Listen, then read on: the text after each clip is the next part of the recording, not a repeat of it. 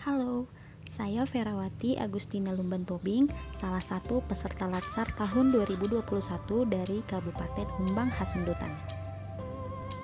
Pada video kali ini, saya akan menjelaskan tentang nilai-nilai dasar PNS, yaitu nilai akuntabilitas. Menurut Undang-Undang Nomor 5 Tahun 2014 tentang ASN, fungsi ASN terbagi menjadi 3. Yang pertama, sebagai pelaksana kebijakan publik, yang kedua sebagai pelayan publik, dan yang ketiga sebagai perekat dan pemersatu bangsa. Nah, untuk menjadi ASN profesional, kita harus menerapkan nilai-nilai dasar PNS, yaitu aneka atau akuntabilitas, nasionalisme, etika publik, komitmen mutu, dan anti korupsi. Untuk lebih jelasnya, di sini bisa kita lihat nilai-nilai dasar PNS yang disingkat dengan aneka.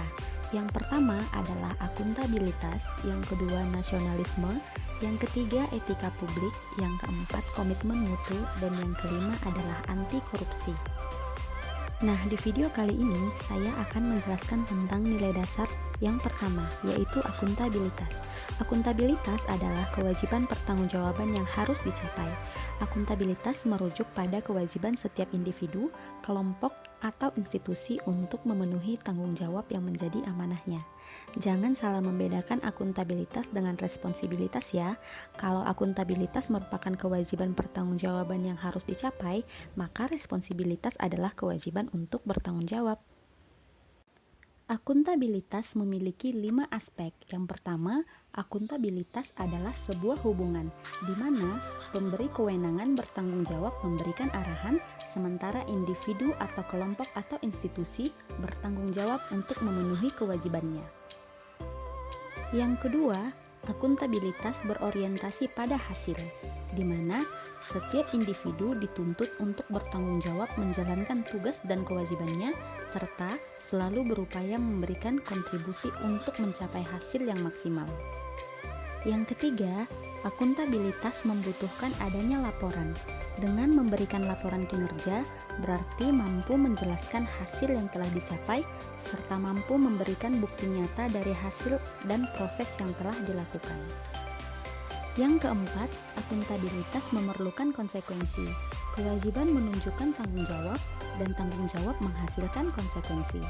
Dan aspek yang terakhir adalah akuntabilitas memperbaiki kinerja. Dalam hal ini, setiap individu diminta pertanggungjawaban secara aktif yang terlibat dalam proses evaluasi dan berfokus pada peningkatan kerja. Akuntabilitas memiliki 3 fungsi utama. Yang pertama sebagai peran demokratis untuk menyediakan kontrol demokratis. Yang kedua peran konstitusional untuk mencegah korupsi dan penyalahgunaan kekuasaan. Dan yang ketiga peran belajar untuk meningkatkan efisiensi dan efektivitas.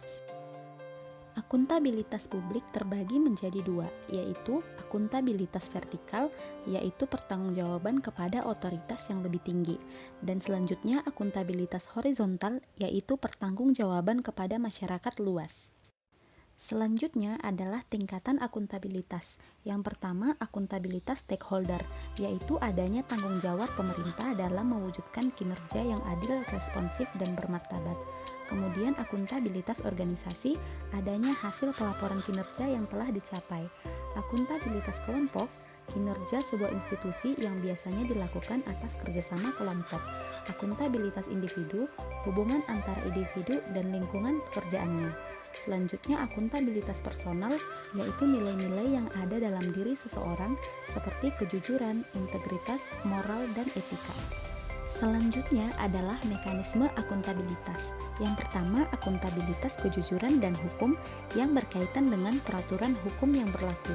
Selanjutnya adalah akuntabilitas program yang berkaitan dengan tujuan atau alternatif program lainnya. Yang ketiga, akuntabilitas kebijakan, yaitu keterkaitan antara kebijakan yang diambil terhadap DPR, DPRD, dan masyarakat luas. Dan yang keempat, akuntabilitas proses untuk mengkaji apakah prosedur yang digunakan sudah baik atau belum. Terdapat 5 langkah dalam framework akuntabilitas. Yang pertama, tentukan tujuan dan tanggung jawab. Yang kedua, rencanakan apa yang akan dilakukan untuk mencapai tujuan. Yang ketiga, lakukan implementasi monitoring kemajuan. Yang keempat, berikan laporan secara lengkap. Dan yang kelima, berikan evaluasi dan masukan atau perbaikan. Akuntabilitas dalam konteks. Akuntabilitas dalam organisasi terbagi menjadi transparansi dan akses informasi, praktek kecurangan atau fraud dan perilaku korup, penggunaan sumber daya milik negara, penyimpanan dan penggunaan data dan informasi pemerintah, dan konflik kepentingan. Dalam transparansi informasi, prinsip keterbukaan terbagi menjadi maksimum access limit exemption, informasi harus utuh dan benar, permintaan tidak perlu disertai alasan, mekanisme yang sederhana, murah, dan cepat, informasi yang proaktif, dan perlindungan pejabat yang beritikat baik. Selanjutnya adalah praktik kecurangan atau fraud dan perilaku korup. Fraud adalah tindakan yang disengaja oleh anggota manajemen perusahaan yang melakukan pembohongan atau penipuan untuk memperoleh keuntungan yang tidak adil atau ilegal. Kemudian, penggunaan sumber daya milik negara. Setiap PNS harus memastikan bahwa penggunaannya diatur sesuai dengan prosedur yang berlaku dan dilakukan secara bertanggung jawab dan efisien, serta dilakukan secara benar dan bertanggung jawab. Selanjutnya, penyimpanan dan penggunaan data dan informasi milik pemerintah yang memiliki prinsip, yaitu dapat digunakan untuk mengevaluasi setiap kondisi, dapat dipercaya, dapat dipahami, dan dapat dibandingkan. Selanjutnya adalah konflik kepentingan. Konflik kepentingan adalah situasi yang timbul di mana tugas publik Anda dan kepentingan pribadi bertentangan.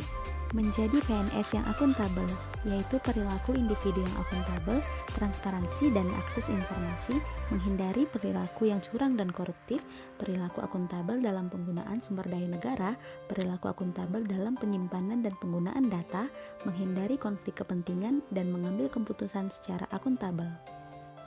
Nilai dasar akuntabilitas mempunyai 9 indikator.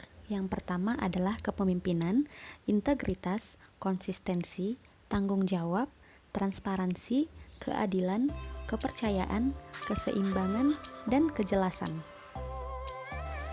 Yuk kita lihat gimana sih implementasi nilai-nilai dasar akuntabilitas di lingkungan kerja? Datang tepat waktu ke lingkungan kerja, serta menerapkan protokol kesehatan dengan cara mencuci tangan, memakai masker, merupakan salah satu implementasi dari nilai konsistensi dan integritas. Melaksanakan piket harian, serta menyelesaikan tugas tepat waktu merupakan salah satu implementasi dari nilai tanggung jawab. Memberi laporan hasil kinerja kepada atasan merupakan pencerminan dari nilai transparansi.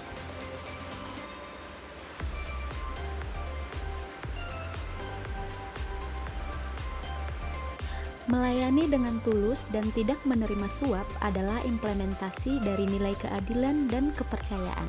Menyampaikan pemaparan di dalam rapat staf merupakan salah satu cerminan dari sikap kepemimpinan. Terima kasih telah menonton video ini. Semoga ilmu yang saya sampaikan tadi bermanfaat untuk kita semua. Sampai jumpa di video selanjutnya.